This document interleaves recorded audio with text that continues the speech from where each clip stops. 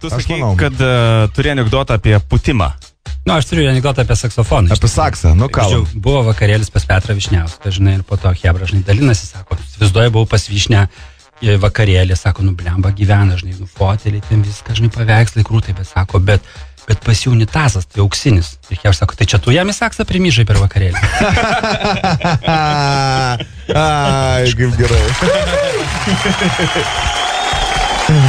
Gerai, laiką nuimsim. Nuimk laiką, mes pasiruošę. Rekordas yra kol kas nepamuštas. Justinas Jankevičius 8,7 sekundės. Gedai, mes tau linkime į top 10 padegti. Tu pasiruošęs? Palaukit, dar sekundę. Kas belieka, reikia. Kas belieka, reikia būtinai. Daryk taip, kad balionas įsitaškytų tik ne į fondių kažkur. Kai tu pradėsi, aš tada laikas. Aš skaičiuoju tada. 3, 2, 1, startas! Opa. Pirmų praputimų labai gerai paimta. Aš nusisuksiu iš karto. Nes man visą laiką baisu žiūrėti, kaip sprogsta. Balionas jau visai didelis. Ir aš manau, kad jisai to įsprogs. Paskutiniai putimai. Sunkus. Nu.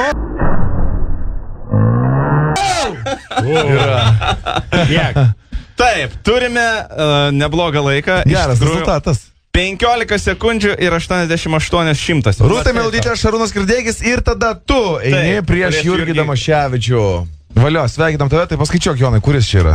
1, 2, 3, 4, 5, 6, 7. 7 mano laimingas skaičius. Lucky number 11. Valio, gal kažkokių pastebėjimų kitiems ateities putėjams? Galiu pastebėti, kad jeigu žmonės tikitės, kad su jumis bus elgiamasi kaip Lietuvos radijoje, tai čia taip jie nesielgia.